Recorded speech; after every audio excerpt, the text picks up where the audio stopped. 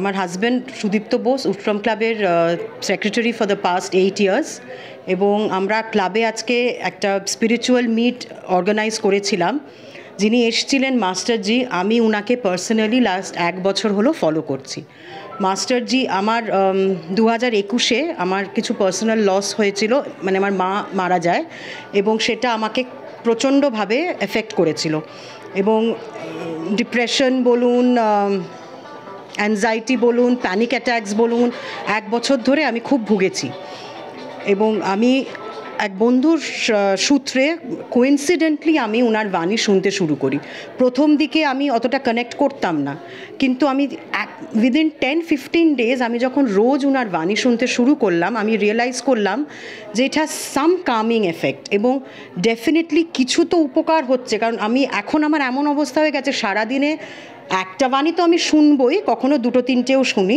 উনার teachings is very simple.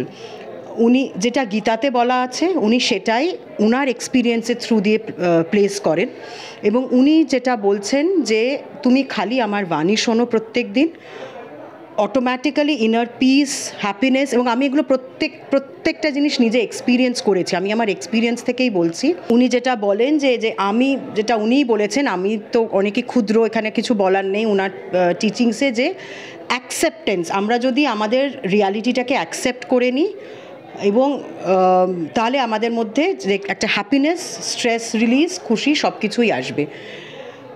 এটাই মানে আমি নিজে 1 বছর হলো এই বাণী শুনছি, ওনার সাথে ওনার রিট্রিট আমি অ্যাটেন্ড করি যেখানে হয়, এবং আমি চাইছি আমার চেনাশোনা বন্ধু বান্ধব আত্মীয় স্বজন যারা আছে সবাই ওনার সম্বন্ধে জানুক। আর আউট্রম ক্লাব, আমার হাজব্যান্ডের সাপোর্টে এই প্ল্যাটফর্মটা আমি পেয়েছি, যে কারণে আমি এখানকার কারণ আউট্রম ক্লাবের সবাই আমাদের পরিবারের মতো, এবং আমি চাইছি ওনার বাণী, ওনার টিচিংসটা, उनार जेटा मिशन सेटा जतो बेशी लोकेर काछे पहुँचते पारे। स्ट्रेस का कारण क्या है कि हम जानते नहीं हैं कि हम हैं कौन। जिसको स्ट्रेस हो रही है वो कौन है, हम अपने को ही नहीं पहचान पाए। अगर हम अपने को जान लें कि इस शरीर के अंदर, इस बॉडी के अंदर जिसको स्ट्रेस हो रहा है, मेरा है क्या। जब इस शरीर में मेरा कुछ है ही नहीं, यानी कि अगर देखें ये बॉडी जिसको कहते हैं मैं, जिसका नामकरण हुआ है, तो अगर इस सिर के बाल से पाँव के नाखून तक जाएं, इवन द ब्रेन, हम कहेंगे कि किसका है, मेरा है, मैं कहाँ से लाया हूँ, from where I have brought it, मैंने तो कहीं से लाया ही नहीं। तो ये शरीर जिसने भेजा है उसने इसके साथ कुछ नियम भी बनाए हैं।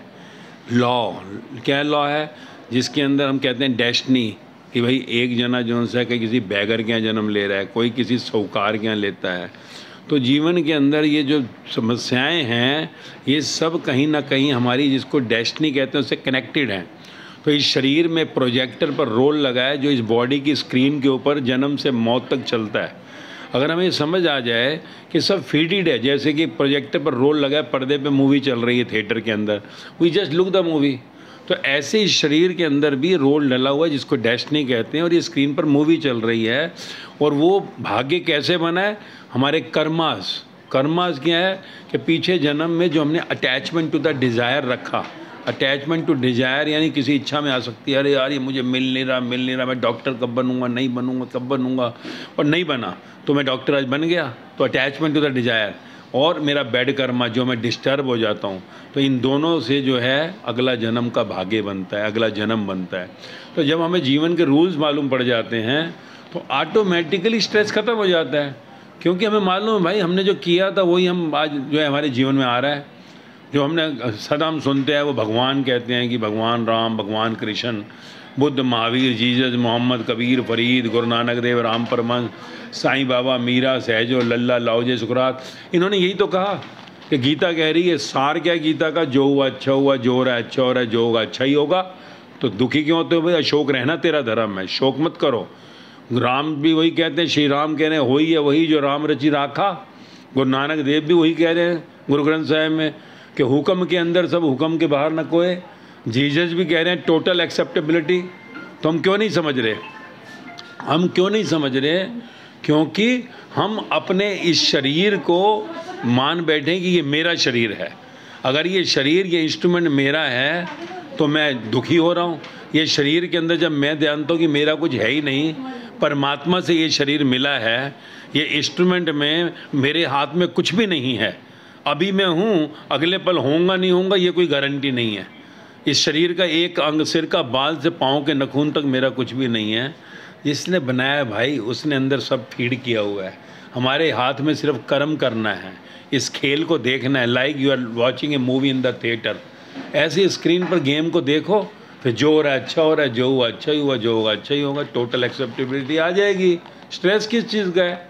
स्ट्रेस मैंने ही क्रिएट किया है। मैं ऐसे कर दूंगा, मैं वैसा कर दूंगा।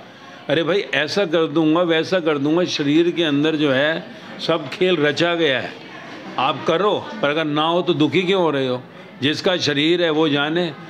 शरीर का मालिक जो है उसने सब खेल बनाकर भेजा है, तो मैं क्यों दुखी होता हूँ? तो जब हमें समझ आ जाती है, दिस इज़ कॉल्ड स्पिरिचुअलिटी, अध्यात्म। आपने देखा ना अभी हैदराबाद में ग्लोबल स्पिरिचुअलिटी जो महोत्सव हुआ, वर्ल्ड नीड्स इट। क्योंकि आज हमारे नौजवान डिप्रेशन में जा रहे हैं। We do not know anything about our self and just we are attach to I and my, that brings a stress. वो स्ट्रेस लेके आ रहा है। तो जैसे जैसे जीवन का ज्ञान मिलता है, जो मुझे भी 16 साल पहले मिला, मैं भी बिजनेस करता, stress 120 200 blood pressure, full body cholesterol, relax आया जीवन का, तो वही दुनिया को बांटने लगे। 16 साल में हज़ारों लोगों पर एक्सपेरिमेंट किया, सब रिलैक्स में आ गए। 10 साल से बच्चे से 80 साल की दादी, थाउजेंड्स ऑफ पीपल जिन पर एक्सपेरिमेंट किया, सब मौज में आ गए। अब वही ज्ञान है, समझ आ गया, वही हम मौज आ गई। अज्ञान में दुखी थे, तो सिर्फ जीवन का ज्ञान चाहिए, इस इंस्ट्रूमेंट का ज्ञान चाहिए, तो अब हर पल मौज में।